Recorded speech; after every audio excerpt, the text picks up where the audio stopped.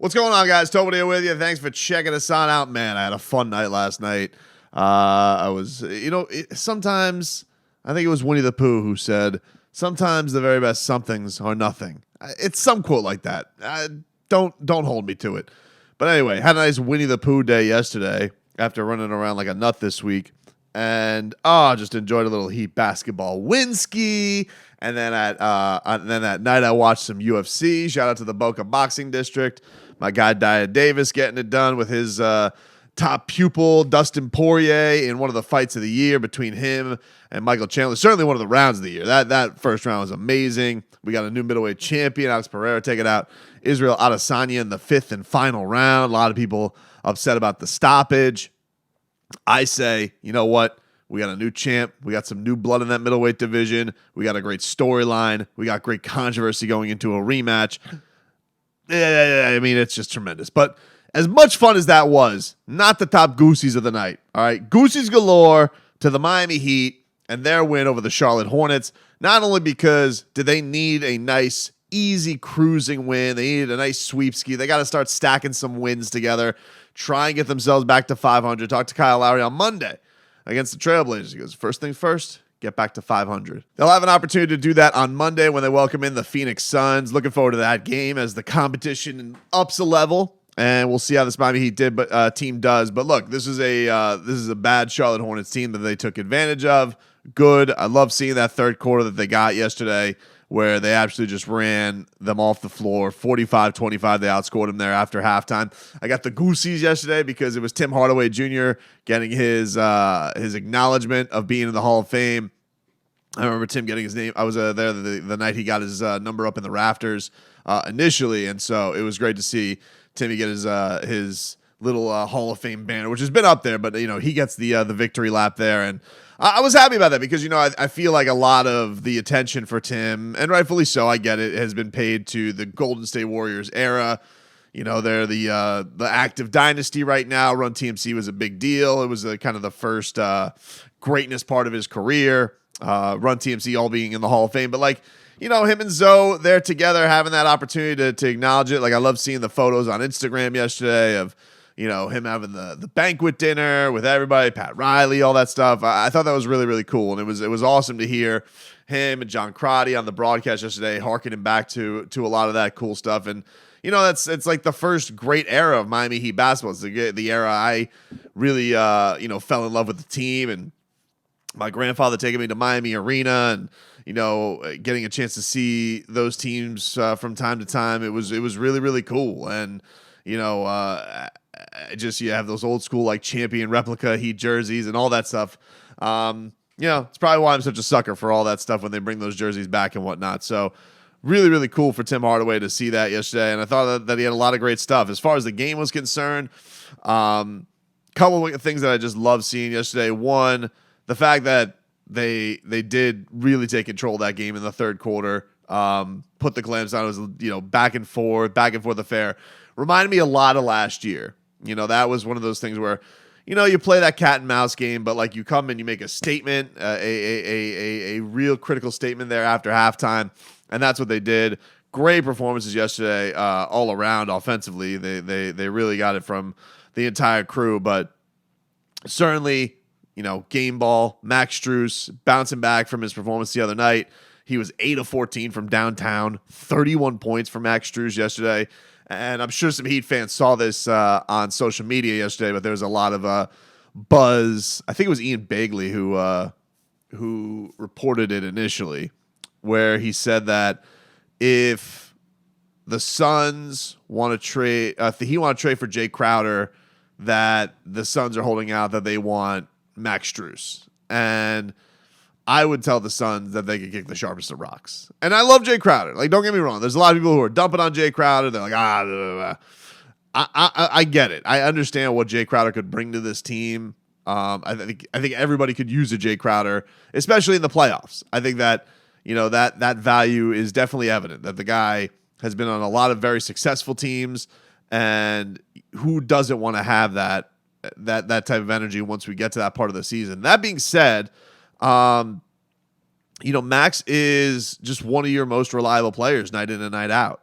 And I don't see the benefit of lopping off one of your strengths to bandage a weakness. I get it. We all have seen the size discrepancy with this team and the problems there and all the energy that they have to spend trying to defend man to man and having less of that flexibility because you don't have PJ Tucker this year has been evident. And there have been a lot of those similar problems that the Heat had getting rid of Jay Crowder and not really replacing him the next year, putting the Trevor Ariza Band-Aid on it.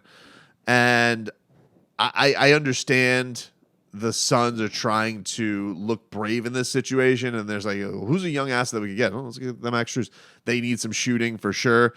But Max is just, you see what he's able to do yesterday, and I think the thing that we love about him, even in the game they lost this week with Portland, that shot that he hit, and he was ice cold that game. It does not matter. His confidence is not rattled, and he had a shot that he made that he had no business making to tie that game. We know, I feel like we say this a lot, so maybe it's not as big a deal, but Jimmy Butler loves him. I mean, their love with the middle finger salutes, like that's love. That's Jimmy Butler love. That's Max Strus love. That is them expressing their love. I could not imagine, unless the Heat were getting, and I know he likes Jay Crowder too, but unless the Heat were getting a huge upgrade, I don't know how cool he's going to be with Max Strus just being, cast off to the side like that, or that being the guy that they get rid of. And I understand that, like, look, if Max Strus's name is probably his turn to be kicked around in a lot of trade rumors because he and Gabe Vincent are very, very, very valuable pieces. And I think the NBA knows it now. They're not surprises. And you see the kind of consistency they can bring you where, yesterday they combined, they're putting up 51 points for you. I mean, that just speaks to them, man, and the hard work that they have put forth for this team, that with everybody kind of, I'm working this out, and it's like, we're in new roles. And, I was getting to the point with the team, I was like, this is kind of like eye roll here because you're supposed to be the no excuse Heat. You're supposed to be, we have enough. And hearing that everybody's trying to get used to the roles, like, all right, if we're not having the same intensity, let's just acknowledge it. It hasn't been, hey, we have 70 games left. We don't quite feel the urgency yet. Fine. But Gabe Vincent and Max Strus do, because they have big contracts that are coming up this year. They do. They're going to make a lot of money. And I think that intensity for them doesn't go anywhere. And you know why? Like, the minutes that they're playing in the fourth quarter, the amount that Eric Spoelstra trusts them, the versatility that they bring, especially the defensive energy that Gabe Vincent brings, the ignitability that Max Strus brings, they're going to be in a lot of trade rumors, and I think that the people will know that, look, the Heat got to either pay him or they got to get rid of him. And I think that, the Heat are probably looking around this. They're not going to be desperate over it because I think they'll be fine taking care of their guys and finding other places to go. They'll find out who are the guys they can rely upon, because I think by the end of it, last year, Gabe Vincent, tremendous defensively in the playoffs. Max Strus, not shooting the way that you would want him to, but we know that he was put in that starting lineup for comfort. And if he can have a better playoffs, what a weapon he could be. And the same thing goes for Gabe. Like, if that 3-point shooting is there the way that it is in the regular season, what kind of weapons these guys could be absolutely tremendous. The other thing I love seeing yesterday, I love the aggression from Bam Adebayo. I thought that seeing a 24 and 15 from him was great, but the assertiveness that he had with the ball in his hands, that to me was just tremendous. I love seeing Bam get a head full. So that dunk that he had towards the end of the game on Kelly Oubre, I want to see that more. I feel like the guy is a freight train. I feel like he should have the wherewithal, should have the bleep it feel to his head sometimes, of just like, I don't have to always go up to the court, pull up, find the right play, find the open move. Let me just use my athleticism like a freight train and dunk it on people's heads. And I would love to see, I love seeing that from him. I love seeing when Bam goes into that mode of just absolutely being an assassin. So his performance yesterday was very, very impressive. Jimmy with a super efficient 30-plus minutes yesterday. So just all around, the team had one of its best offensive nights, shooting the lights out, and it all really flipped on that third quarter. Got to see Hikola out there doing his thing. I love when Max Strus hit a three and Hikola like did the kind of like he was kind of doing like this. I was like, look at him, he's adorable. Look at him, 19 years old. He's trying to be a swaggy energy guy off the bench with the cheering. I love seeing that. It just made me happy. It made me absolutely happy to see that from this Miami Heat team. The only other couple pieces of news from this is Tyler Herro. Continues to miss time with the ankle injury. You hope that he gets back, provides that scoring punch. Get that starting unit, everybody together. Just builds things and continue to go. Because if it is an issue, even though I do think it's a little bit overblown from everybody talking about it, you want to get those reps together and get that thing right. And then finally, FTX Arena. It appears that is going to be in the grave very soon. The team has announced they have ending their partnership, so we will see who's going to get the naming rights. But man, this city having that happen to them, and I know that's got to make the Heat furious because they are as professional, as buttoned up as it gets, and you have this renegade company that you're in relationship with that you are advertising, and the city has a hand in making this deal, and you have this dude who's basically playing roulette with hocus pocus money, and poof, it's all gone. And that just has to make them absolutely nutty because it's been American Airlines Arena. A lot of people were upset that it wasn't going to be. I don't know why people are upset with corporate sponsorships. I thought this was weird when the Lakers fans got upset about Staples no longer being the sponsor of the Staples Center. Yeah, I know it's a cool name. Like Hard Rock Stadium is a cool name. Some sponsors sound cool. American Airlines Arena, the AAA, sounded cool. And I know a lot of people were upset that partnership had ended. I don't know if they'll go back to it. I know, we'll see. But certainly that has to just make some people nutty up in the building because, these guys, I can't tell you just how top-notch they are with everything, whether the details of jersey releases to event details.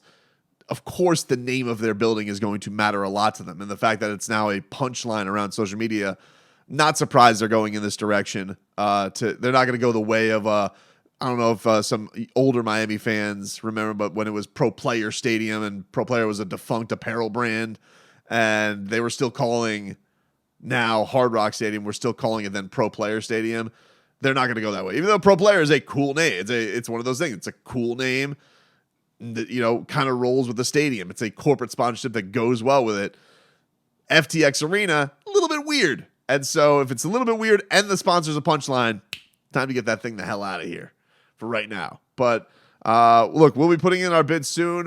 We got some big competition because it looks like Jimmy Butler Big Face Coffee Arena is going to be on the ticket.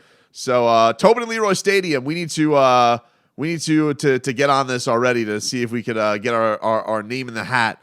We're going to get a GoFundMe going and see if we could at least, get year one off the ground. We'll be like Jimmy Buffett, like 1 year, just, like Landshark Stadium. He was 1 year. He was the naming rights guy, and then it was gone. But fun night last night between the basketball, between the fights. Enjoyed the hell out of it. Going to get ready for some Sunday football. Be boots on the ground for Heat and Suns. Can't wait for it. Looking forward to being back in the building there. And everybody have a great rest of your day.